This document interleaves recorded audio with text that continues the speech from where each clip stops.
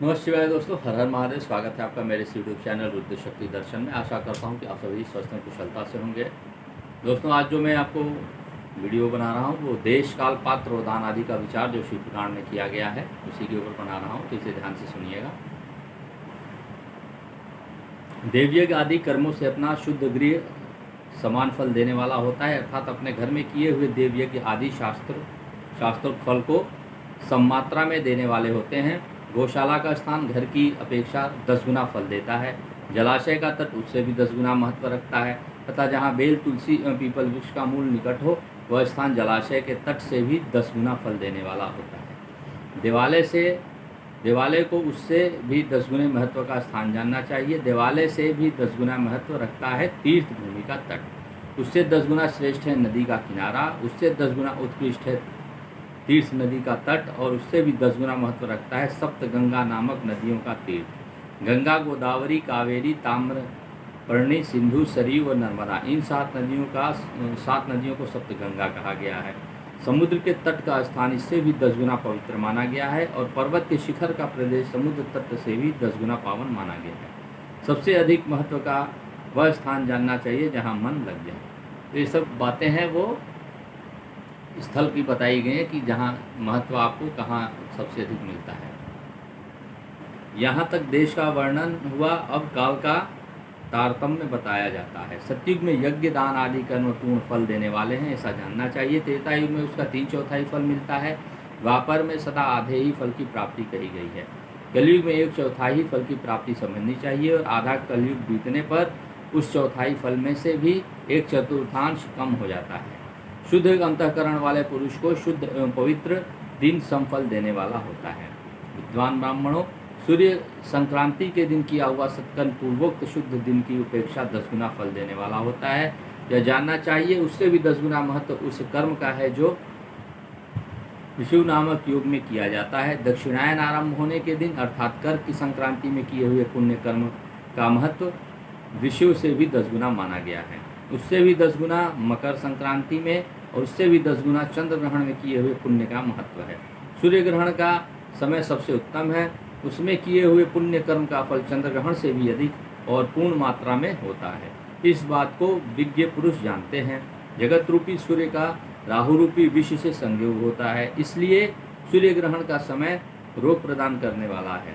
अतः उस विष की शांति के लिए उस समय स्नान, दान और जप करें। वह काल विष की शांति के लिए उपयोगी होने के कारण पुण्यप्रद माना गया है। जन्म नक्षत्र के दिन तथा व्रत की पूर्ति के दिन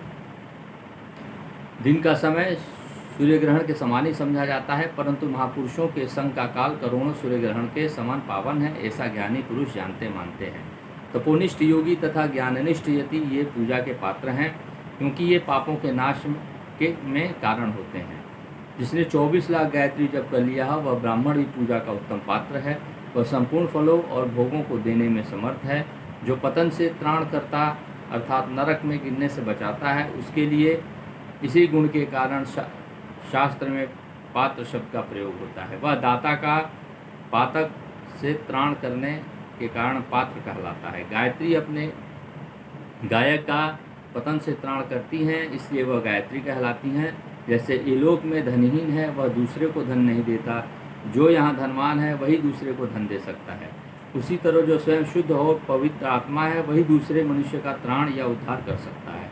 जो गायत्री का जप करके शुद्ध हो गया है वही शुद्ध ब्राह्मण कहलाता है। इसलिए दान, जप, होम और पूजा सभी कर्मों के लिए वही शुद्ध पात्र है। ऐसा ब्राह्मण ही दान तथा रक्षा करने की पात्रता रखता है।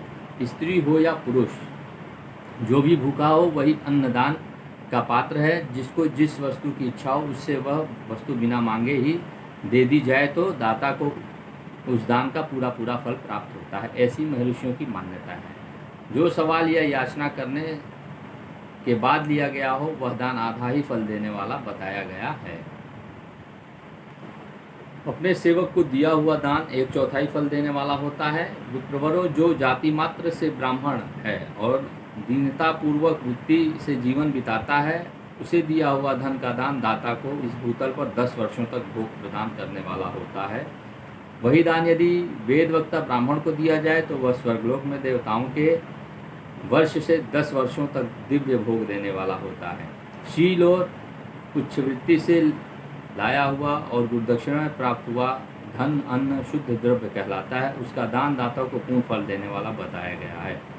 क्षत्रियों का शौर्य से कमाया हुआ, वैश्यों को व्यापार से आया हुआ और शूद्रों को सेवा वृत्ति से प्राप्त किया हुआ धन भी उत्तम द्रव्य कहलाता है। धन की इच्छा रखने वाले स्त्रियों को तो धन पिता एवं पति से मिला हुआ हो उनके लिए वह उत्तम द्रव्य है। गौ आदि 12 वस्तुओं का चैत्र आदि 12 महीनों में क्रमशः दान करना चाहिए।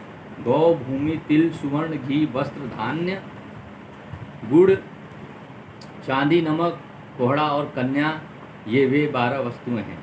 इनमें गोदान से कायिक, वाचिक और मानसिक पापों का निवारण तथा कायिक आदि पुण्य कर्मों की पुष्टि होती है। ब्राह्मणों भूमि का दान इहलोक और परलोक में प्रतिष्ठा की प्राप्ति कराने वाला है। तिल का दान बलवर्धक एवं मृत्यु का निवारक होता है। सुवर्ण का दान जठराग्नि को बढ़ाने वाला होता है, वीर्यदायक है। घी का दान पुष्टिकारक होता है। वस्त्र का दान आयु की वृद्धि करने वाला है, ऐसा जानना चाहिए। धान्य का दान अन्न धन की समृद्धि में कारण होता है। गुड़ का दान मधुर भोजन की प्राप्ति कराने वाला होता है। चांदी के दान से वीर्य की वृद्धि होती है। लवण का दान षड्रस भोजन की प्राप्ति कराता है। सब प्रकार का दान सारी समृद्धि की सिद्धि के लिए होता है। विज्ञ पुरुष कुष्मांड के दान को पुष्टिदायक मानते हैं। कन्या का दान आजीवन भोग देने वाला कहा गया है। ब्राह्मणों वह लोक और परलोक में भी संपूर्ण भोगों की प्राप्ति कराने वाला है। विद्वान पुरुष को चाहिए कि जिन वस्तुओं के श्रवण आदि इंद्रियों की तृप्ति होती है उनका सदा दान करे।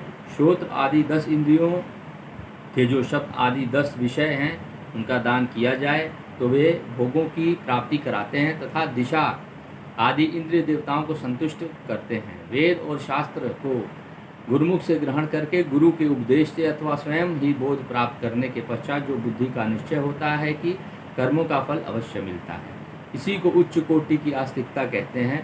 भाई बंधु अथवा राजा के भय से आस्तिकता बुद्धि या श्रद्धा होती है, वह कनिष्ठ श्रेणी की आस्तिकता है जो सर्वथा दरिद्र है। इसलिए जिनके पास सभी वस्तुओं का अभाव है वह वाणी अथवा कर्म द्वारा यजन करें।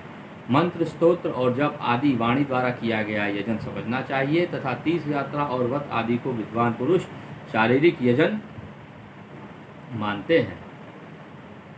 जिस किसी भी उपाय से थोड़ा हो या बहुत देवतार्पण बुद्धि से जो कुछ भी दिया अथवा किया जाए वह दान या सत्कर्म भोगों की प्राप्ति कराने में समर्थ होता है।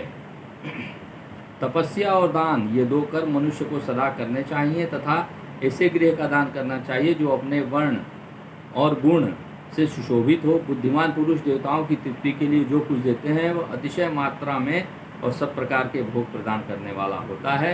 उस दान से विद्वान पुरुष इहलोक और परलोक में उत्तम जन्म सदा सुलभ होने वाला भोग पाता है। ईश्वरार्पण बुद्धि से यज्ञ दान आदि कर्म करके मोक्ष फल का भागी होता है। दोस्तों, इस पाठ में आपको बताया गया है कि देश काल पात्र और दान आदि का विचार कि आप कैसे क्या दान करेंगे, किस समय दान करेंगे तो आपको क्या फल मिलेगा।